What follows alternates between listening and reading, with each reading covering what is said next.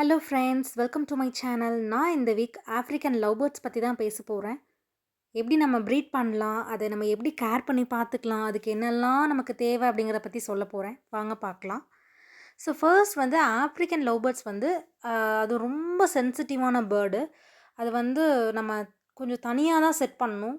நார்மலாக அதை group breeding மட்டும் விடவே கூடாது. அது கொஞ்சம் தனியாக விட்டால் தான் நல்லாயிருக்கும். அண்ட் நம்ம நடக்கிற இடத்துல அதிகமாக அதை செட் பண்ணக்கூடாது. அது கொஞ்சம் தனிமையாக இருக்க தான் விரும்பும். அப்புறம் அது வந்து ரொம்ப அதிகமாக வெயிலும் படாத இடத்துல நம்ம வச்சுக்கணும். அப்படி நம்ம சப்போஸ் நம்ம ரொம்ப அதிகமாக வெயில் பட்டுச்சு அப்படின்னா, அதுக்கு வந்து கண் வலி, அம்மா நோய் அந்த மாதிரிலாம் வர்றதுக்கு வாய்ப்பு இருக்குது. ஸோ அதுலேருந்து கொஞ்சம் காப்பாற்றணுன்னா, அது கொஞ்சம் வெயில் அதிகமாக படாமல் இருக்கணும்.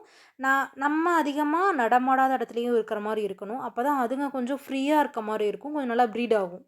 அப்புறம் நான் ஆல்ரெடி நிறைய வீடியோவில் சொல்லியிருக்கேன். அடல்ட் சிக்ஸ் எப்பவுமே வாங்காதீங்க. நெஸ்ட் அவுட் சிக்ஸ் தான் வாங்கணும். எந்த பேர்டாக இருந்தாலும் அதே தான். நெஸ்ட் அவுட் பேர்டு தான் வாங்கணும். 2 to 3 மந்த்ஸ் நெஸ்ட் அவுட் ஆகி ஒரு 2 to 3 மந்த்ஸ்க்குள்ள இருக்கிறத நீங்கள் வாங்கிட்டீங்கன்னா, அது அடல்ட் ஸ்டேஜ் ஆகும்போது நம்ம கிளைமேட்டுக்கு, நம்ம இடத்துக்கு எல்லாத்துக்கும் செட் ஆகிக்கும். அப்போ தான் ப்ரீடிங்க்கு கொஞ்சம் கம்ஃபர்டபுளாக இருக்கும் அந்த ஆஃப்ரிக்கன் லவ் பேர்ட்ஸ்க்கு. அதனால் அந்த மாதிரி பார்த்து வாங்கிக்கோங்க. சிக்ஸாக வாங்கிக்கோங்க. அண்ட் இப்போ இதில் என்னென்னா 2 டைப் தான் இருக்குது. ரிங் வெரைட்டி, நான் ரிங் வெரைட்டின்னு சொல்லிட்டு 2 டைப் இருக்குது. ரிங் வெரைட்டி அப்படின்னா அதோட கண்ணை சுற்றி வந்து ஒரு ஒயிட் கலரில் ரவுண்ட் இருக்கும். அது வந்து ரிங் வெரைட்டின்னு சொல்லுவோம். அதே கண்ணை சுற்றி அந்த ஒயிட் கலர் ரவுண்ட் இல்லை அப்படின்னா அது வந்து நான் ரிங் வெரைட்டின்னு சொல்லுவோம். நெக்ஸ்ட் அதுக்கு தண்ணின்னு பார்த்தோன்னா நம்ம போர் வாட்டரே வச்சுக்கலாம். பட் நீங்கள் ஃபஸ்ட்டு எது வைக்கிறீங்களோ அதே தான் கண்டினியூஸாக ரெகுலராக வைங்க. மாற்றி மாற்றி வைக்காதீங்க. போர் தண்ணியே போதும் அதுக்கு. அண்டு ஃபுட்டு பார்த்தோம் அப்படின்னா, அதுக்கு வந்து தெனை, சன்ஃப்ளவர் சீடு, நெல், கீரை, கேரட்டு, பீட்ரூட்டு, கம்பு, அப்புறம் நம்ம பஜ்ஜீஸ்க்குலாம் சொன்னேன் பார்த்தீங்களா, அந்த ஊற வச்சது, பச்சைப்பயிறு ஊற வச்சு நைட்டே ஊற வச்சு அது குடுக்கறது, கோதுமை ஊற வச்சு குடுக்கலாம், தட்டைப்பயிறு ஊற வச்சு குடுக்கலாம். இது எல்லாமே ஆஃப்ரிக்கனுக்கும் குடுக்கலாம். ரொம்பவே நல்லாயிருக்கும். ப்ரீடிங் வந்து கொஞ்சம் நல்லாயிருக்கும்னு வச்சுக்கோங்களேன். இதுதான் நான் வந்து குடுத்துட்ருக்கேன். நாங்க வந்து 2 பேர் தான் வாங்கியிருந்தோம். ரிங் வெரைட்டில ஒரு பேரும், நான் ரிங் வெரைட்டில ஒரு பேரும் வாங்கியிருந்தோம். சரி எப்படி என்னங்கிறது, குஞ்சு பொரிக்குது, எப்படி ப்ரீட் பண்ணுறோங்கிறத பார்த்துட்டு கொஞ்சம் கொஞ்சமா டெவலப் பண்ணிக்கலாம் அப்படிங்கிற மாரி தான் யோசிச்சிருந்தோம். இதுக்கு வந்து மேல், ஃபீமேல் வந்து கண்டிப்பா ஐடென்டிஃபை பண்ணவே முடியல. டிஎன்ஏ டெஸ்ட் தான் எடுக்கணும்னு சொல்லியிருந்தாங்க. நீங்க அப்படி சப்போஸ் வாங்குற மாரி இருந்தா 2 to 3 மந்த்ஸ்லயே நீங்க வந்து அ டிஎன்ஏ டெஸ்ட் எடுத்து, அதுக்கப்புறம் மறுபடியும் அத தனியா பிரிச்சு ஒரு கேஜ்ல போட்டுருங்க. அப்பதான் அது கொஞ்சம் செட் ஆகி, அதுக்கப்புறம் மறுபடியும் ப்ரீடிங் ஸ்டேஜ் வந்ததுக்கப்புறம் ப்ரீடிங் பாக்ஸ் மாட்டுங்க. அதுக்கு முன்னாடி மாட்டக்கூடாது. பார்த்தீங்கன்னா, அது அடல்ட் ஸ்டேஜ் எப்போ ஆகும்னா, ஒரு 10 மந்த்ஸ்க்கு அப்புறம் வந்து நீங்க வந்து ப்ரீடிங் செட் பண்ணுங்க. அப்பதான் கரெக்ட்டா இருக்கும். அந்த குஞ்சு வந்து 10 மந்த்ஸ் ஆயிரணும். அதுக்கப்புறம் தான் ப்ரீடிங் போடணும். அப்பதான் கரெக்ட்டா இருக்கும். இது வந்து கூடு கட்டி முட்டையிடுற அந்த வகையை சேர்ந்தது தான். அதனால வந்து நீங்க என்னன்னா, அந்த தென்னை ஓலையெல்லாம் வந்து கட் பண்ணி போட்டுருங்க. அதுவே எடுத்து கொண்டு போய் அழகா கூடு கட்டி, அந்த பானையில வந்து அழகா கூடு கட்டி அது வந்து முட்டையிடும்.